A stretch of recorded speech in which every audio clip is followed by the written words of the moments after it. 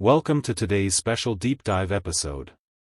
For the next couple of hours, we are going to break down one of the most fascinating NBA storylines of the 2025 offseason. It's a drama involving the Golden State Warriors, a team still clinging to the last years of Steph Curry's prime, the Sacramento Kings, a franchise trying to prove that last year's playoff run was not a fluke, and a six-time All-Star, DeMar DeRozan, who might just end up being the wild card in all of this. This story isn't just about trades. It's about power. It's about timing. It's about legacy. And above all, it's about how one unresolved situation with Jonathan Kuminga has completely frozen the Golden State Warriors off-season, while at the same time opening up a door for Sacramento to possibly swoop in and reshape the Western Conference balance. Let's set the stage. It's the summer of 2025. Free agency has come and gone. Teams around the league, the Lakers, the Knicks, the Heat, even the rebuilding Spurs, have all made their moves. Some teams added veteran pieces. Others gambled on young players with upside. But there's one team that has been eerily quiet. The Golden State Warriors. Yes, that Golden State Warriors. The dynasty team. The franchise that won 4 championships in 8 years, changed basketball with the three-point shot, and gave us unforgettable moments with Steph Curry, Klay Thompson, and Draymond Green. This offseason, they have done nothing. No new free agents. No blockbuster trades. No under-the-radar signings. Why? Because of Jonathan Kuminga. Kuminga is at the center of everything. Drafted in 2021 as part of the Warriors' youth movement, Kuminga was supposed to represent the bridge between the dynasty's present and its future.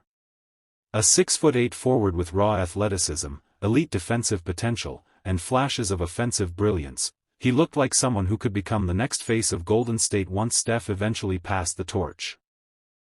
But instead of becoming that bridge, Kuminga has now become a wall. A roadblock. And that roadblock has paralyzed the Warriors' ability to move forward this summer. Here's the situation. Kuminga is a restricted free agent. Normally, that means a team has the upper hand, they can match any offer sheet, they can negotiate from a position of control. But the problem isn't just the contract. The problem is the relationship. Reports around the league say that the Warriors and Kuminga are no longer on the same page.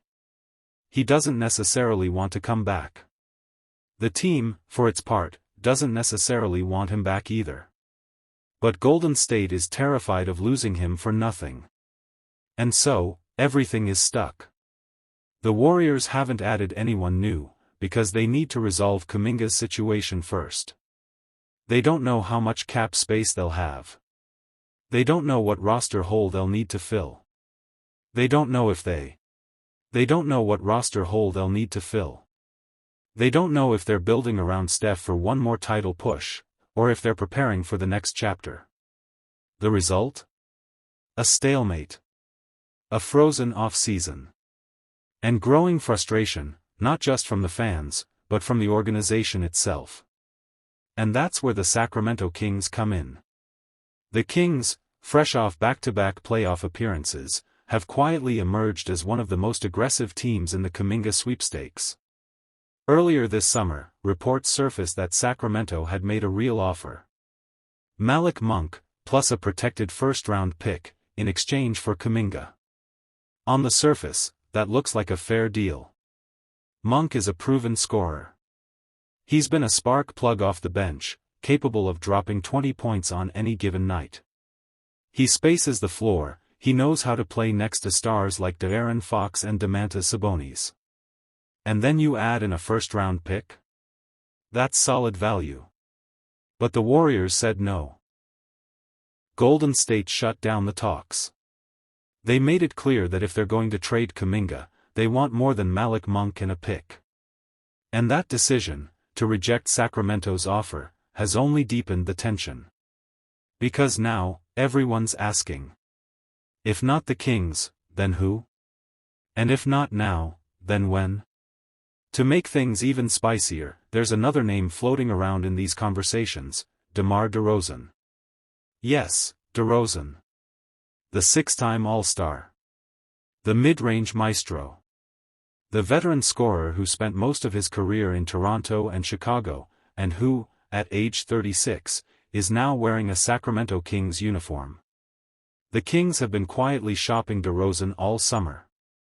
He's still productive, averaging nearly 18 points a game last season, but he doesn't quite fit the Kings' long-term timeline. Enter NBA insider Brett Siegel. On Sacktown Sports Radio, he posed a scenario: what if another contending team loses a star player to injury? For example, what if Jimmy Butler misses a few months with a calf injury? Suddenly, DeRozan becomes incredibly valuable. He's not a long-term contract. He's not a massive financial risk. He's a plug-and-play all-star who could keep a contender afloat during a critical stretch of the season. And yes, the Golden State Warriors were one of the teams Siegel mentioned by name. So here we are. The Warriors, frozen in time because of Jonathan Kuminga. The Kings, dangling Malik Monk and a first-round pick, hoping to pry Kuminga away. And DeMar DeRozan, lurking in the background as a possible trade chip, waiting for the right moment, or the right injury, to change the entire landscape. This is not just about basketball. This is about patience versus urgency. It's about how much value a 22-year-old forward really has. And it's about whether Golden State is willing to gamble away the final years of Steph Curry's career, all in the name of leverage. Again in the trade rumor spotlight, and this time, the talks are about none other than Jonathan Kuminga. The buzz? The Kings are reportedly interested in acquiring Kuminga in a deal that could send Malik Monk and a top 10 protected 2030 first-round pick to Golden State. We'll break down the full trade framework, look at why Sacramento is pushing for Kuminga, explore how this could reshape the Warriors' roster, and dig into whether this move makes sense for a team balancing win-now urgency with long-term potential. Grab your coffee, grab your jersey, and let's dive in.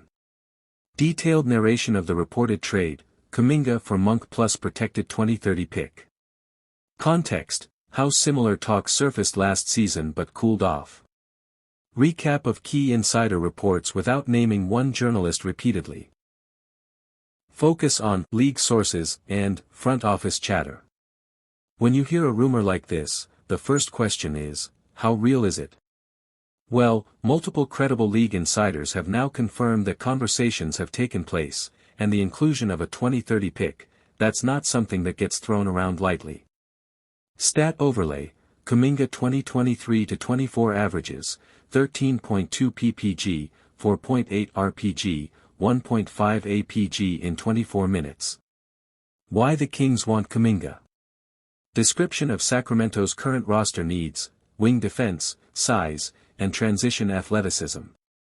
The Kings are a playoff-caliber team, but they've been looking for a versatile forward who can guard multiple positions and run the floor with De'Aaron Fox. Kuminga checks those boxes. Clips of Fox to Kuminga hypothetical fast breaks, edited highlights. Stat comparison: Kuminga's defensive field goal percentage versus league average. Commentary on the Sabonis fit, high IQ passing big plus athletic finisher. Kuminga's rookie scale contract status, estimated extension numbers. Discussion on Steve Kerr's inconsistent usage of Kuminga and whether it slowed his development. From Golden State's side, the appeal of Monk is clear: instant offense, spacing for Curry, and the ability to create his own shot. Monk averaged 15.4 points last season with 35% from deep, that's real production. Chart comparing Monk's stats to Warriors' current bench guards.